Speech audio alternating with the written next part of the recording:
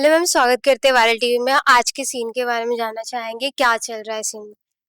अ, scene में actually मैं धैर्य की दादी के लिए टिफिन बनाकर दे रही हूँ और मुझे टेंशन है किसी चीज़ का। तो मन्नत पूछती है क्या हुआ है, तो मैं बोलती हूँ विशाखा के बारे में कि किचन में उसको मेरी वजह से चोट लग गई थी, लेकिन उसने मेरे ऊपर कुछ चिल्लाया नहीं, कुछ बोला नहीं। उल्टा ये बोल दिया कि मुझे माफ कर दो, मेरी गलती थी। तो मैं बोलती हूँ कुछ ना कुछ तो गड़बड़ है, तो वो बोलती है कि हाँ, मुझे भी लग रहा है कुछ गड़बड़ है।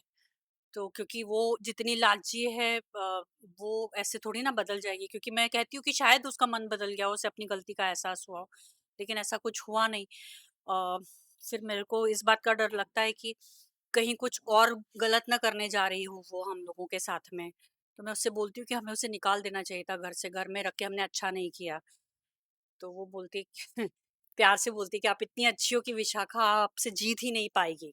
अगर ज़्यादा कुछ करेगी तो हम धैर्य की दादी को ले आएँगे, विक्रांत सर के सामने सब कुछ दादी बोलेगी, तो देखते हैं कि कैसे उन लोगों का झूठ पकड़ा नहीं जाता।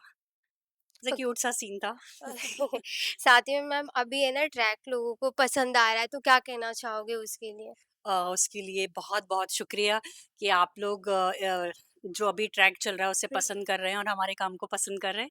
बस इसी तरह प्यार देते रहिए। Thank you so much thank ma'am. You. Any message to fans? बस यही कि ये जो आप लोगों का प्यार मिलता है और जो आप इतनी शिद्दत के साथ वेट करते हैं हर एक एपिसोड का, और हमें देखते हैं, और हर छोटी से छोटी चीज़ अगर कुछ गलत होती है तो वो बताते हैं, कुछ अच्छा लगता है तो वो बताते हैं।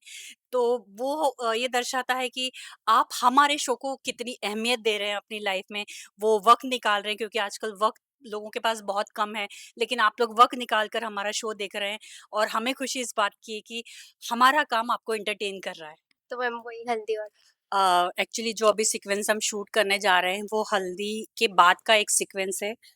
उसमें विशाखा और मल्ला मुझ पर इल्ज़ाम लगाते हैं उन्हीं मेडिसिन्स को लेकर जो मैं पहले विक्रांत को खिलाती थी, लेकिन वो बहुत पुरानी बात है। बहुत समय हो गया है कि मैं विक्रांत को वो मेडिसिन नहीं खिलाती हूँ, लेकिन मेरे बैग में वो मेडिसिन निकलती है और बहुत हंगामा होता है।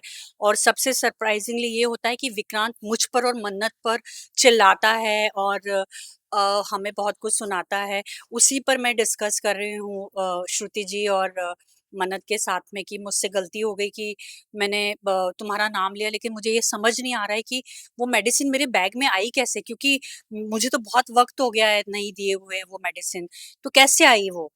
तो मन्नत बोलती ज़रूर कोई ना कोई ये चाल चल रहा है, शायद विशाखा या मल्ला में से किसी ने रखी होगी।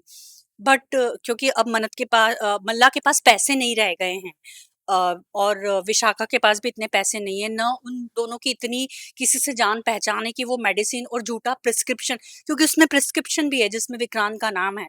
तो वो कैसे किया?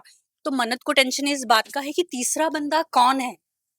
जो इतनी अप्रोच लगा के वो गलत प्रिस्क्रिप्शन अ, लिखवा ले और वो मेडिसिन मेरे इसमें रख दे, मेरे बैग में। तो उस बात का टेंशन है और वो यही सोच रही है कि ये कैसे कैसे हो गया है इन्हें। ओके, तो आपको किसी के ऊपर डाउट है कि ये इंसान क्योंकि ऐसा कर हमें तो सके? यही है ना कि ऐश्वर्या ओके। जा चुकी है, अब वो हमारी ज़िंदगी में नहीं है, लेकिन ऐश्वर्या तो है।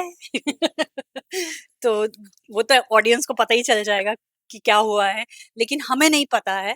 तो हम लोग स्पेशली मन्नत इस टेंशन में है कि कौन तीसरा ऐसा बंदा है, क्योंकि मल्ला और विशाखा तो ये नहीं कर सकते। Thank you thank ma'am. हाँ, हाँ, तो सीधा पूछो सीन में क्या था। सीन में क्या? सीन में, हाँ। तो सीन में ये था, मैं भाग नहीं रही थी विशाखा के पीछे और विशाखा भी मेरे पीछे नहीं भाग रही थी।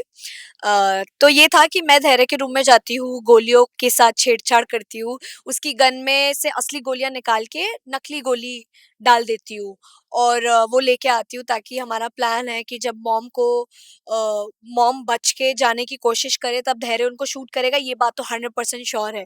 तो जब वो उनको गोली लगे तो मेरी मॉम को असली गोली ना लगे, नकली गोली लगे, तो यही प्लान है। Any message to audience? प्यार दो यार।